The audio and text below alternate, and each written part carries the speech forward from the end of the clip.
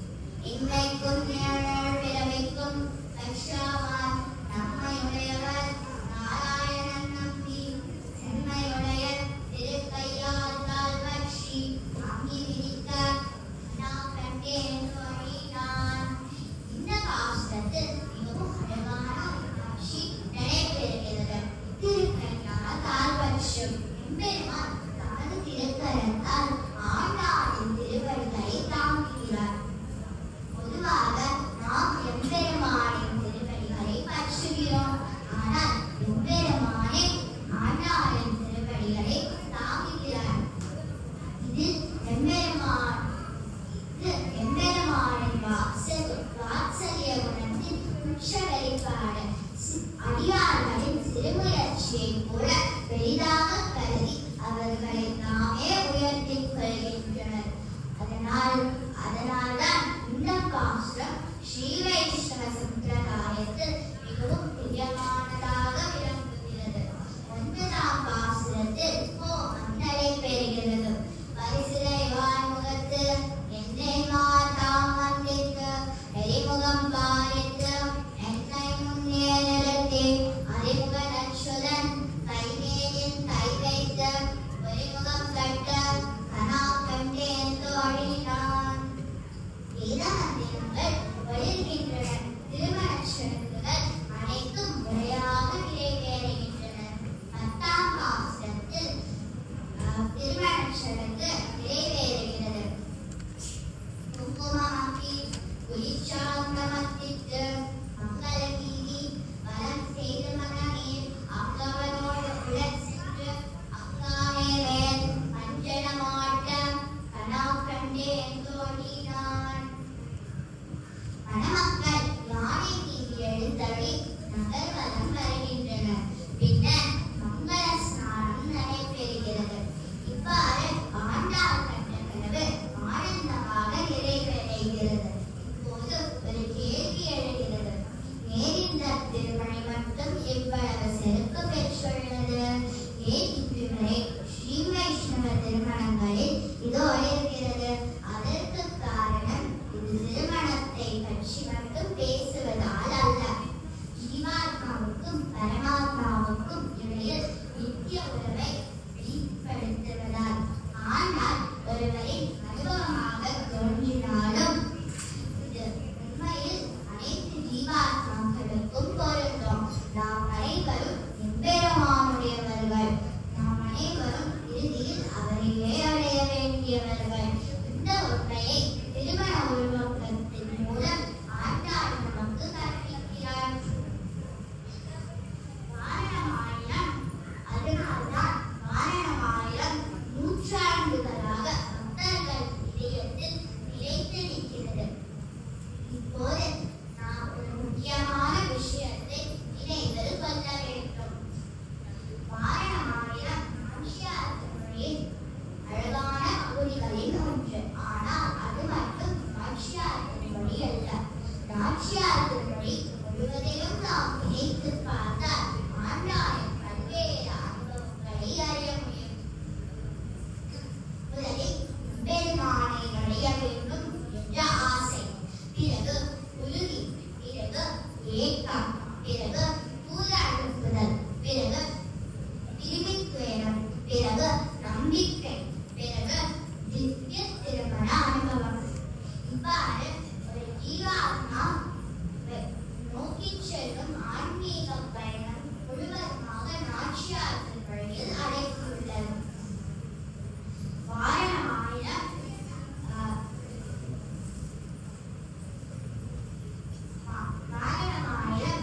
நடுவில் ஒளிரும் ஒரு மாணிக்கம். ஆனால் முழு மாலையின் அழகு அந்த ஒரு மாணிக்கத்தில் மட்டுமில்லை. அந்த மாலையை உருவாக்கும் அனைத்து மணிகளிலும் உள்ளது. அதேபோல் நாச்சியார் திருமொழியின் 14 திருமொழிகளையும் நாம் சேர்த்தே அனுபவித்தால் ஆண்டாளின் வாழ்க்கையை நாம் அறிய முடியும். ஆண்டாளின் வாழ்க்கை நமக்கு கற்பிக்கும் மிகப்பெரிய பாடம் என்ன? எம்பெருமானை தவிர வேறு எதுவும் நிலையான குறிக்கோள் அல்ல. அவள் எம்பெருமானையே விரும்பினார், எம்பெருமானையே அடைந்தார். நமது அனுபவத்தை உலகத்தோடு பகிர்ந்தார். இறுதியாக 12ஆம் திருமொழியான மற்றொரு பற்றியுள்ள ஒரு பாசுரத்தை பாடி முடித்துக் கொள்கிறேன். கூட்டியிருந்தாகி எவ்வாறும் கூட்டியிருந்தாகி எவ்வாறும் கோவிந்தா கோவிந்தா என்றழைக்கும் கூட்டத்தோடாது சிவகானாய உலகலன்னார் என்று